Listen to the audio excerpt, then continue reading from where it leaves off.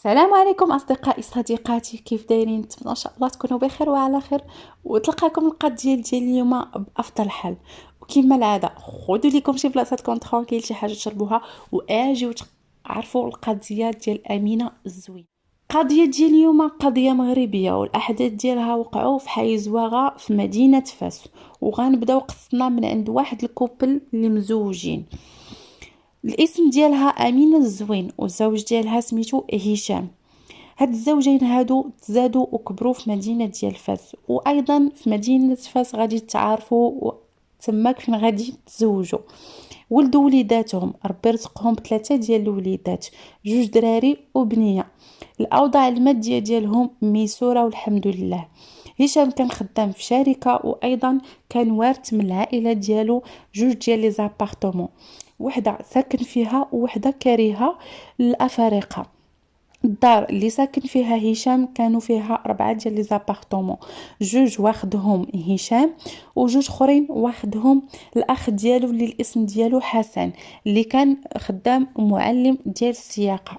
حتى هو مزوج وعنده وليداته، واخد جوج ديال لي زابارتمون، وحده ساكن فيها مع وليداته وحده غير سادها.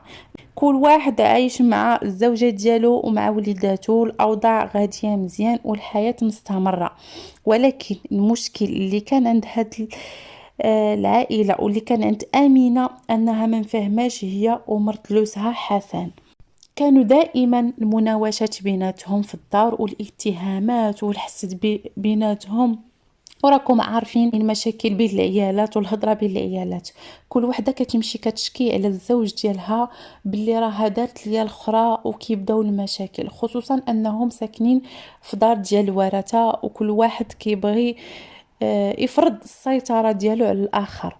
المشاكل غاديه وكتزاد مره على مره، واللي كيبقاو في صداعات هما الازواج بيناتهم، هشام وحسن، وحيت خوت ما كيبغيوش يخسروا لبعضياتهم، كيحاولوا دائما يدخلوا بخيط بيض. المشاكل غاديه وكتكثر، وفاش كيجيو يشوفوا الاصل ديال المشكل كيلقاو شي حاجه اللي بايخه، غير الغيره والهضره الخاويه. بالنسبه للزوجه ديال حسن، ما كانش باغاهم يكريو الافارقه.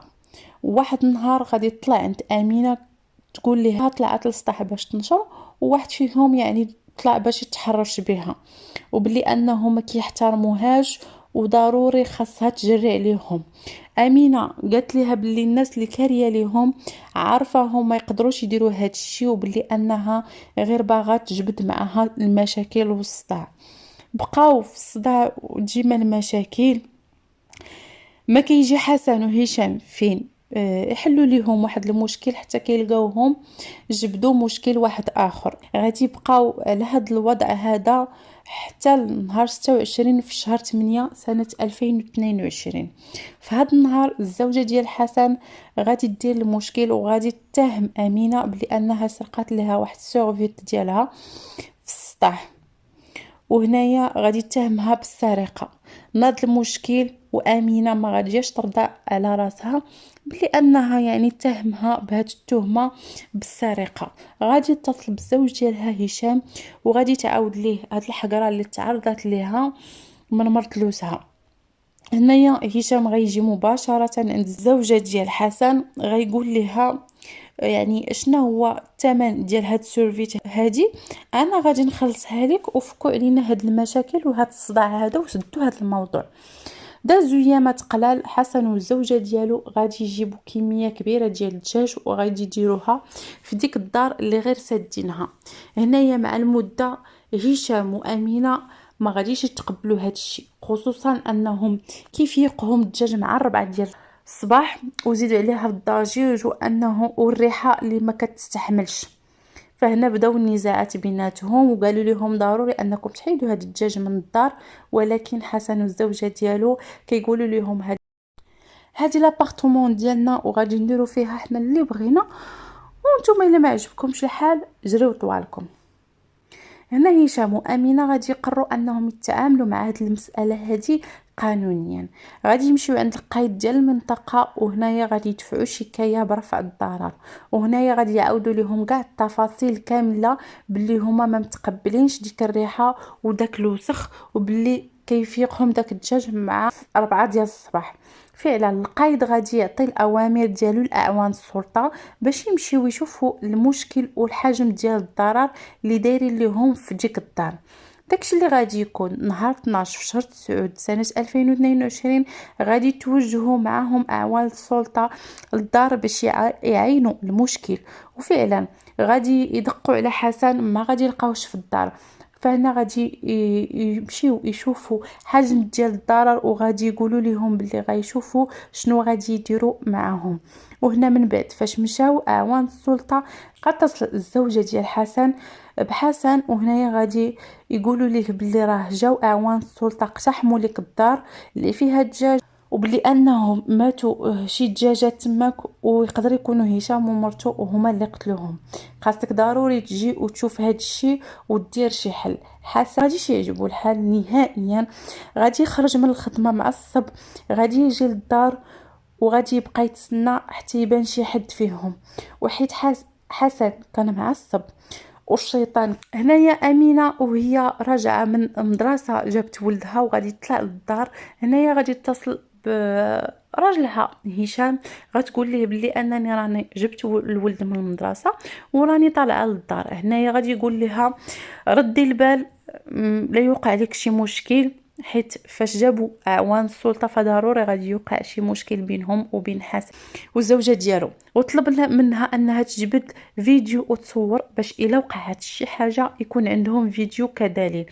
داكشي اللي غادا دير امينه، غتفتح الكاميرا وهي طالعه للدار، وصلت حدا الدار ديال حسن. هنا غادي تلقاه واقف وغادي ينهال عليها وغيبقى يعطيها في الطعانات.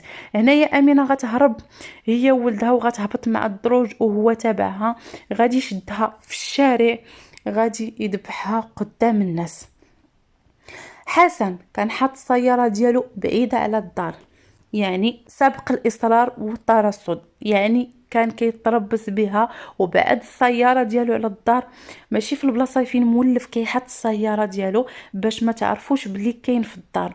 وهنا بقى يتسنى وهو هز سلاح الجريمه وقاصد انه يدير هاد الجريمه هادي، وغير شافها بقى كيعطيها في الطعنات وقتلها قدام الطفل ديالها اللي مازال صغير. هرب الطفل وماماه امينه بقات تماك. وهنا الناس كاملين كيقولوا باللي حسن دار هذه الجريمه هذه بسبب الزوجه ديالو اللي كانت كتحرضه، وهي اللي قالت ليه انه يقتل امينه. والناس ايضا سمعوا هذا الشيء، وهنا خرجوا الناس مظاهرات كيطالبوا بالاعدام ديال حسن، وانهم يلقيو القبض على الزوجه ديالو لانها هي المحرض الاساسي في هذه الجريمه هذه. الشرطه بدات كتحقق في هذا الشيء، من بعد تحقيقات غادي تاكدوا باللي الزوجه ديال حسن ما عندها حتى علاقه بهذه الجريمه هذه، لانها جابت حجه غياب باللي ما كانتش وقت وقوع الجريمه. وايضا فاش مشاو عند الطبيب اللي كانت عنده اكد لهم انها كانت عنده في نفس الوقت وعاد خرجت من عنده. المهم مشاكل بلا فائده ومشاكل ديال العيالات صدقوا في نهايه مأساويه لهاد جوج ديال العائلتين هادو.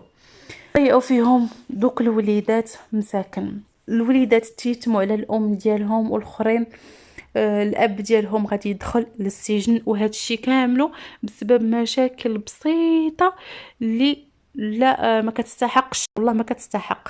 المهم نتمنوا المجرم ينال العقاب ديالو، حيت صراحه ما عنديش يعني الحكم على هذا الجريمه هذه وشنو، حيت قلت لكم وقعت غير في 2022 في شهر 9، يعني ما عنديش فيها يعني الحكم النهائي. نتمنوا المجرم ينال العقاب اللي كيستحقوا. كانوا هادو هما المعطيات اللي عندي في القصه ديال امينه الزوين.